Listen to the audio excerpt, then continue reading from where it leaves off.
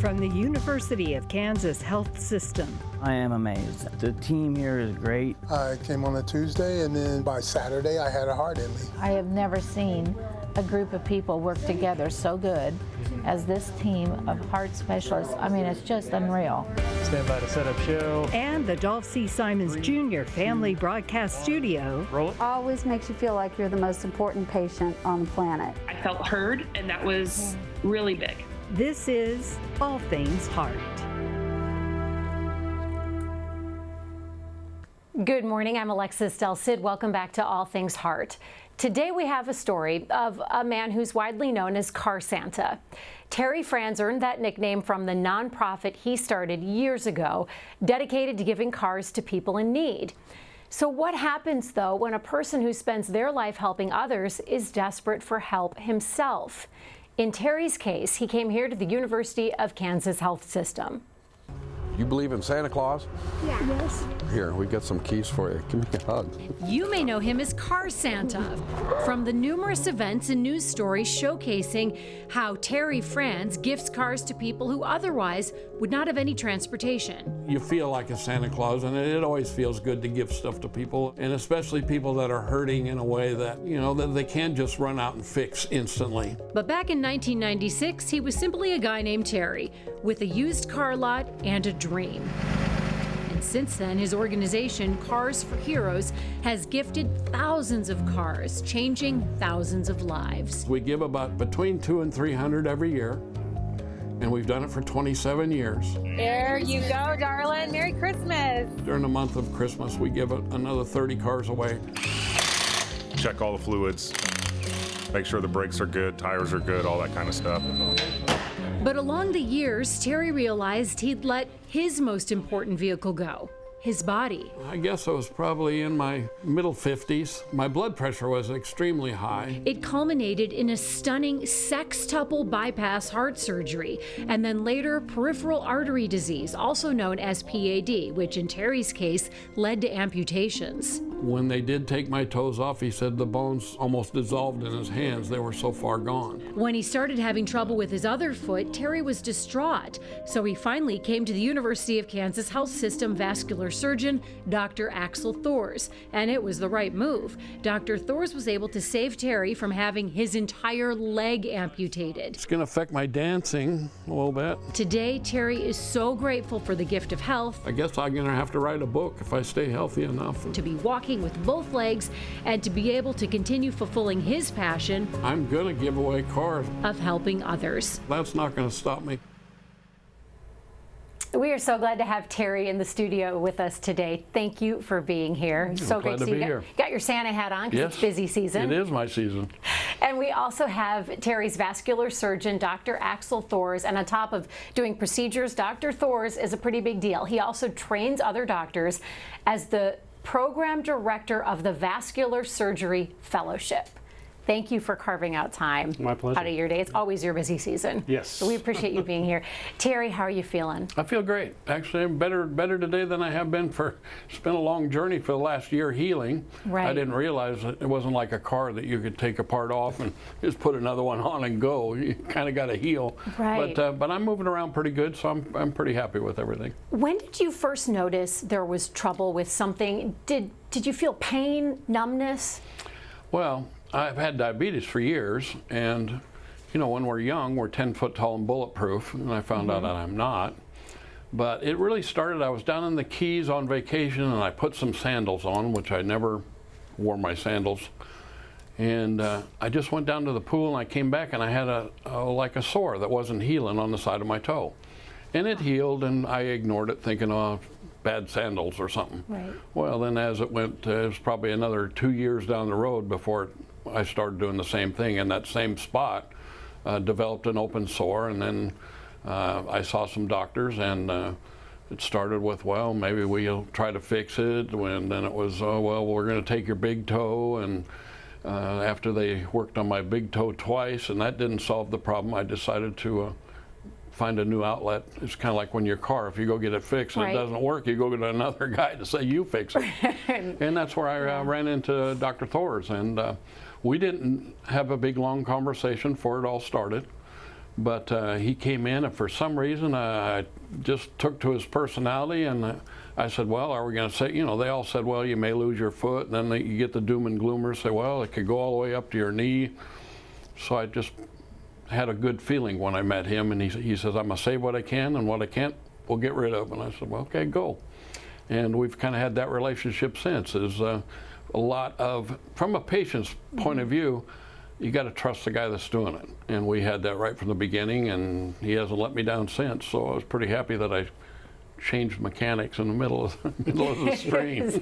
You knew from that experience. Yeah. You know, that's so interesting that you say that about Dr. Thors. I'm going to make you blush now.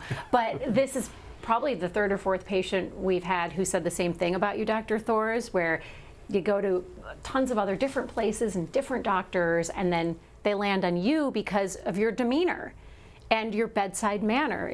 That's correct? You somehow, you were able to put him at ease. So what were you seeing that you were able to be like, okay, I got this, I can fix this?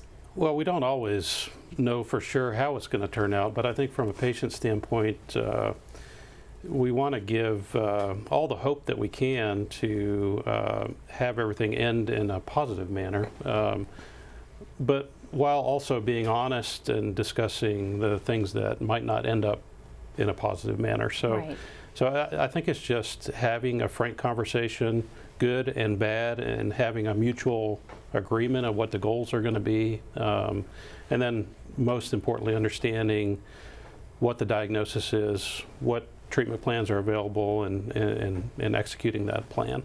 So as a vascular surgeon, Dr. Thors, you treat the circulatory system outside the heart. But Terry had also had some heart problems, diabetes. So what's the first thing you do medically when treating Terry? Well, in his case, you know, anytime somebody presents with a non-healing wound, you're concerned about the amount of blood flow getting to that area. And diabetes certainly attacks the small vessels, the microcirculation in the foot. And so our first goal is to understand where or what percentage of blood flow the legs are getting, because most people can heal a wound. You get a cut on your foot, it's going to heal, you know, if you have normal circulation. It's kind of like trying to get a plant to grow without water. You know, if you don't have the blood flow supplying the nutrients to the tissue beds, it's not going to heal. And so that's the first order of business, is to establish, is there blood flow? If not, how compromised is it? And then you develop a plan from there. Does diabetes cause peripheral artery disease? It is one of the risk factors for peripheral arterial disease. So were the pains in his feet and the sore on his foot, was that a direct result of diabetes or peripheral artery disease? It's a combination of both. You know, the diabetes is one of the primary risk factors for peripheral arterial disease. Most importantly, however, diabetes also attacks the small vessels in the body, whether it's the small vessels in your feet, the small vessels in your eyes, the small vessels in your kidneys. It attacks what we call the end organs. And so diabetes can lead to peripheral arterial disease. The other component of Terry's problem is the neuropathy created, so not being able to feel his feet. He might wear down a wound that more readily because he can't feel it, and then all of a sudden you notice, oh, there's a wound there. You know, when a normal patient that has normal sensation would feel that coming. So, as a non-medical person, most of us have heard of diabetes or neuropathy, but peripheral artery disease, commonly called PAD, we have an illustration to better let people see what's happening inside the body if you're not familiar with what's going on. So what are we looking at here that helps us understand what was happening inside Terry? Yeah, there in the schematic, you're seeing kind of what happens on the inside of the blood vessels. You have to think about arteries as just plumbing to your body. You have the high pressure side, which are the arteries, and the low pressure side, which are the veins. And here in this schematic, you can see that the schematic with the yellow is a blockage on the inside of the artery, and eventually, as that plaque accumulates on the inside of the pipe, that pipe becomes more narrowed, and you can imagine then subsequently whatever is fed by that vessel receives less blood flow beyond that blockage. Does that put extra work on the heart? It doesn't necessarily put extra work on the heart. However, it can contribute to high blood pressure, which secondarily can affect the heart. But in and of itself, it doesn't affect the heart. The thing to remember, however, and an important distinction with peripheral arterial disease is that if you have peripheral arterial disease, you really should be screened for other diseases like heart disease, because it's the same disease affecting all the blood vessels, whether it's in your heart or whether it's in the brain or whether it's in your legs. So the diagnosis of peripheral arterial disease should be a primer for patients to say, oh, well, if I've got this, I might need to check on my heart, my other vessels, and have the doctors do a deeper dive. I want to take a little bit of a deeper dive, Terry, into the other things that you were managing.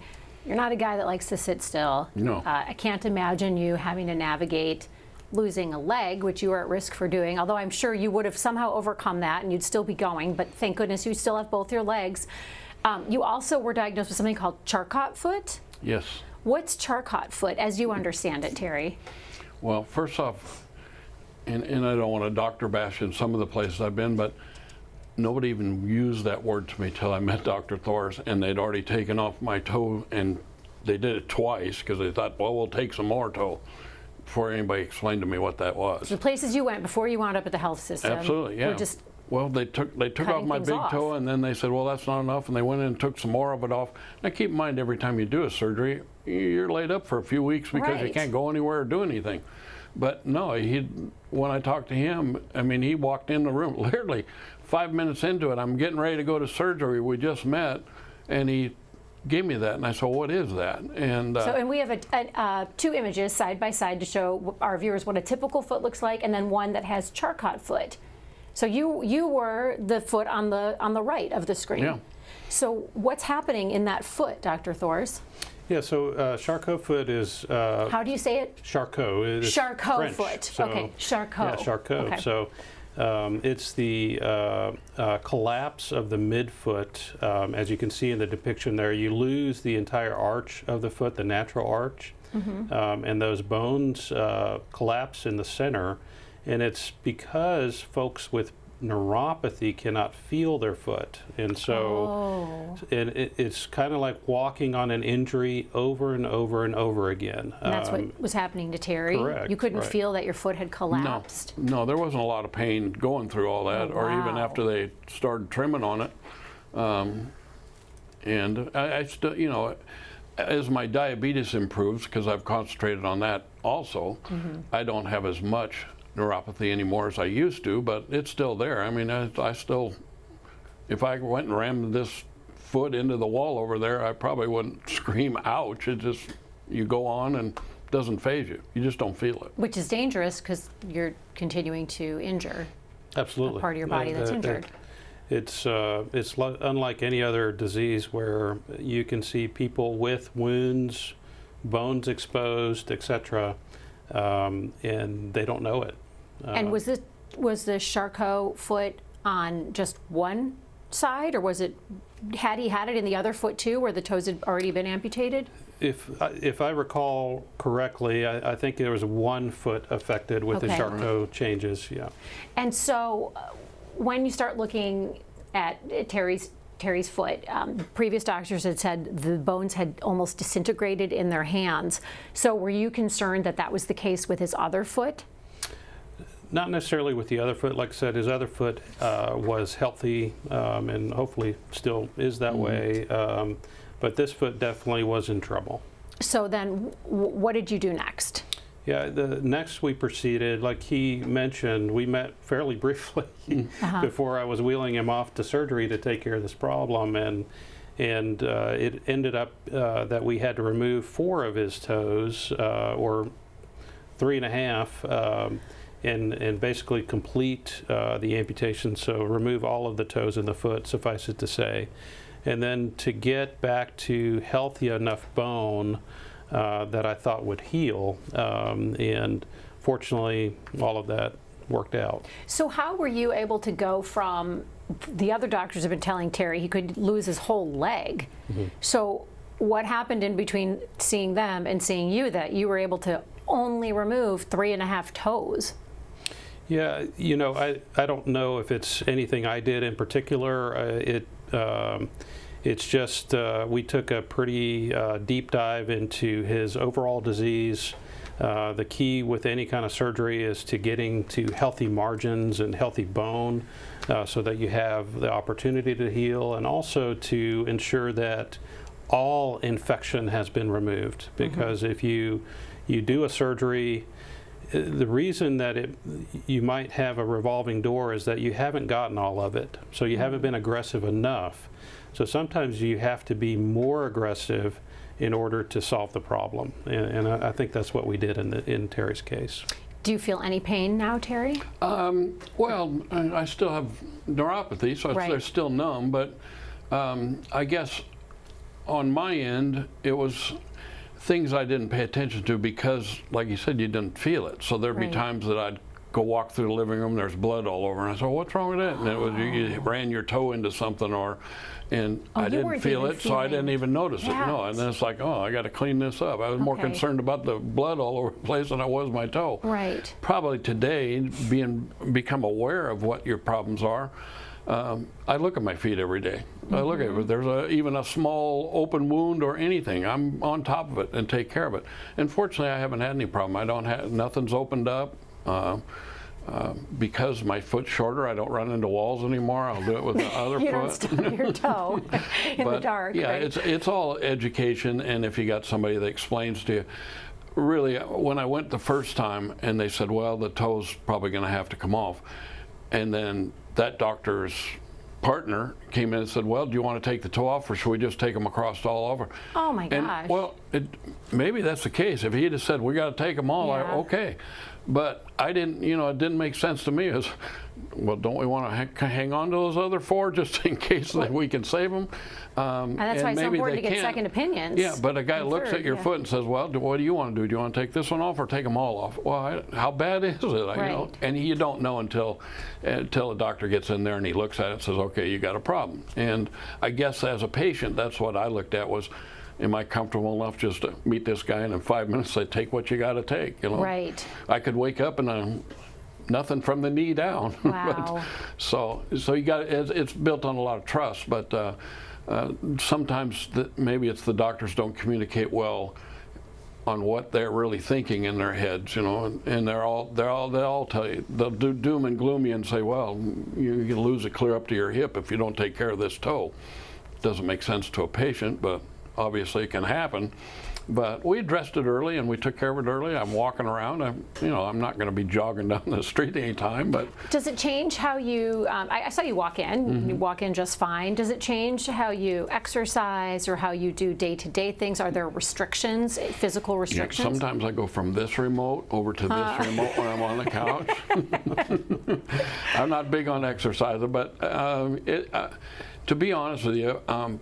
I had some problems with the foot in the beginning with healing, and what I found out is staying off it probably did the best thing for me. Sure. And now it's to the point I don't have to worry about using it or not, but I don't travel a lot or move around a lot. You'll see me, you know, I am in the handicap parking slot because I'm not walking all the way through the grocery store into the store. You're still very busy. Yeah. Yesterday, how many cars did you give away yesterday? I gave 3 away in Topeka on Monday, and then we gave 10 away yesterday. In South Kansas City, and we're heading to Columbia next day after Christmas. We're going to give another 4. Oh my gosh! And I got 1 in Portland, Oregon, and you're going to Portland, or you got a donation from Portland? It's kind of funny how I do things, but we got a donation in Portland, so we sent it into a shop there to get it fixed up. Fortunately, I have 2 kids that live in Portland, so I had them go pick the car up, and we selected somebody, so they're going to go out and give it away. And that's how we do it. I've got 1 in Tampa, Florida, but. It's really incredible. The work you do is able to continue because of doctors like Dr. Thor's. Absolutely. We're already getting some questions from our viewers, and we love answering your questions, so be sure to send them in to us on YouTube, Facebook, the X platform, or the All Things Heart email. We answer these in real time. You'll find all those links right there on your screen. I want to start with one of our Facebook viewers, Yen Liang. He asks, could patients with peripheral artery occlusion may have a higher chance of developing deep vein thrombosis? Dr. Thors? No. What is deep vein thrombosis? So that would be a clot in the venous system, the venous return to the heart. Very different than the arteries. Arteries are under high pressure, veins are under low pressure. The two diseases are unrelated. He says peripheral artery occlusion. We're talking about peripheral artery disease. What's the occlusion versus disease? Well, peripheral artery occlusion would be blockages or complete blockage of the pipe of the artery, okay. From clot, from plaque, various different things. Tom wrote us an email. He asks, and I think I know your answer on this based on what happened with Terry, does every patient with PAD run the risk of an amputation? No, fortunately. Most people with PAD do not have a risk of amputation or major amputation, minor or major. Any amputation is major in a patient size, as should be normal. How do you catch it early? Well, again, that's working very closely with your primary care physician. Not all of us are very good about seeing our physicians and just getting regular checks, checking your feet, making sure that we're doing the things to protect our most important asset, which is our health. Mm-hmm. So are we exercising? Are we eating right? Are we seeing our doctors? You know, doing that preventative maintenance like Terry has to do for vehicles or any of us, you know, we have to do that for our bodies to keep them running.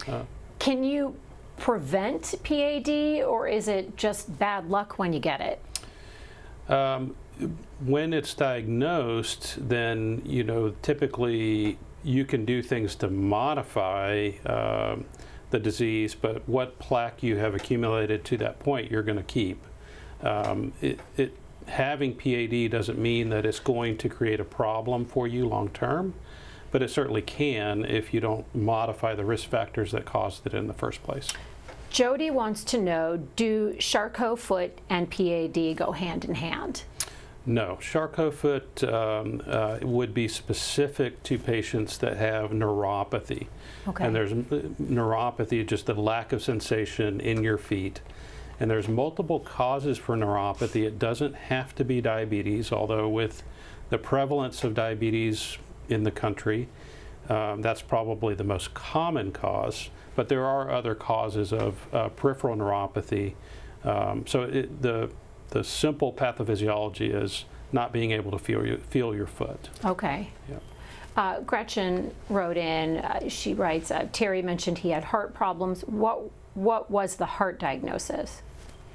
Well, when I first started, I was out giving cars away, and I was falling down in parking lots. I was having strokes. Oh my! So I started. You were having strokes? Oh, yeah. How many strokes did you have? About 4, and then the last one I lost my whole right side. And again, when you're younger, I was early 50s. 10 foot tall and bulletproof, and right. You know, instead of getting in the ambulance and going, I just laid in bed until the next morning, and I got a little bit of feeling back, and then went to the doctor. And fortunately, I had some really good doctors, and we did 6 bypass, and the sextuple bypass. Yeah, and a world of difference even when you just wake up. You know, it's amazing that they can open up your chest and do all that. And it was 4 in the morning when I woke up, and at noon I was walking down the hall, and my grandfather had heart problems long before the days of medicine today and died at 60. So it kind of ran in the family. But even still, though, you tried to sleep off a stroke. That's terrifying to hear, because we talk about how time is of the essence with strokes. If you want the real story, I'm laying in bed and I'm thinking, I got to get up and go to the bathroom. And I went up to get up, and there wasn't, I mean, a stroke's a very weird feeling, because there's just not, it's not like, oh, it sort of moves, or you have nothing. And there's just dead weight. But I still had to go to the bathroom. So I rolled over on the floor and I drugged myself on the side to pull myself up and go to the bathroom. By the time I got back in bed, I was exhausted. So you didn't call 911? No, I just rolled over and said, I'll fix this in the morning. I'm tired. What not to do. I'll fix this in the morning. Agree. That sounds like something my husband would say. Yeah, wouldn't advise that. Right. So you advise any kind of, so let's just go over this real quick. When you have any numbness in the arm, face, call 911. Facial drooping. Immediately. Yeah. Time is of the essence. Well, I really wasn't warned. I only had facial drooping, overly emotional, falling down. It sounds bad. The TV said that was it, but I still didn't pay Holy attention. cow. I was like, oh, what's going on? All of a sudden I'm crying on TV, and I don't care.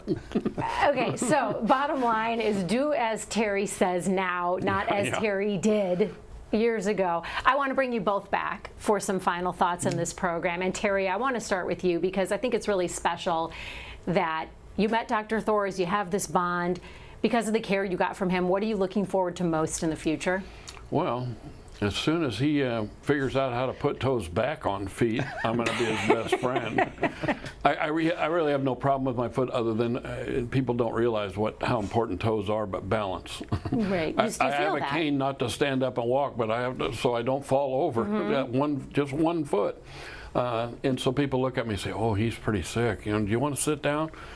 I just don't want to fall down. My toes won't keep my balance. Dr. Thors, what would be your message to other people who may have the same problems as Terry? It might be, God forbid, sleeping off the stroke symptoms. What do you want to tell viewers watching who aren't familiar with this topic?